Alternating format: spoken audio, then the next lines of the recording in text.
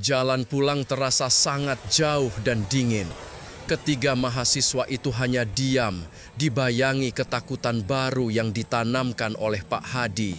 Bukan hanya ancaman fisik, tetapi juga ancaman spiritual dari kutukan yang mengincar mereka. Sesampainya di kos Raka, mereka memutuskan untuk tidur bersama di satu ruangan.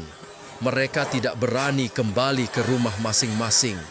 Mereka menyalakan semua lampu dan televisi, mencoba meredam kegelapan dan keheningan yang terasa mengancam. Sekitar pukul 2 dini hari, Dini terbangun. Udara terasa dingin menusuk dan lampu kamar mulai berkedip-kedip. Tetapi yang membuatnya duduk tegak adalah suara yang sangat familiar. Suara gamelan kini jauh lebih keras dan jelas, seolah dimainkan tepat di luar jendela. Dini membangunkan Raka dan Bagas. Mereka bertiga saling berhimpitan, mata mereka membelalak ngeri. Mereka jelas tidak lagi berada di Bukit Menoreh, tetapi suara itu seolah membawa rumah Lingsir ikut bersama mereka. Tiba-tiba, suara gamelan berhenti, hening. Kemudian, terdengar suara nyanyian. Melodi yang indah, merdu, namun penuh kesedihan dan ancaman. Sebuah kidung tengah malam yang dinyanyikan oleh seorang sinden tua.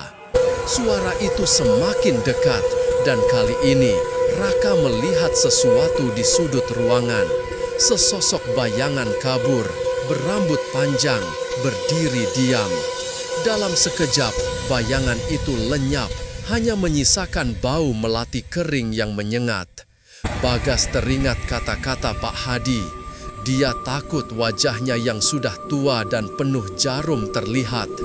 Bagas menyadari Nyi Ratu tidak hanya mengincar mereka, tetapi juga mencoba mendapatkan kembali bukti kegagalannya, GoPro yang tertinggal di rumah itu. Mereka memutuskan untuk lari.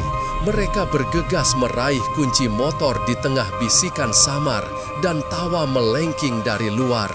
Mereka tahu jika mereka tinggal lebih lama, mereka akan menjadi bagian dari koleksi arwah. Mereka harus segera pergi dari kota itu, lari sejauh mungkin.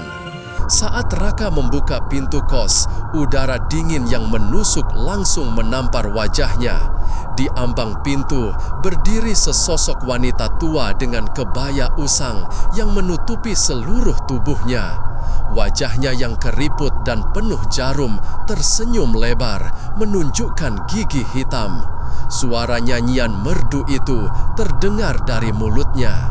"Selamat datang anak-anak manis, kalian tidak bisa lari dari takdir." Nyi Ratu mengangkat tangannya yang panjang, siap mencengkram. Bagas berteriak, Dini menangis ketakutan. Mereka tahu tamatlah riwayat mereka.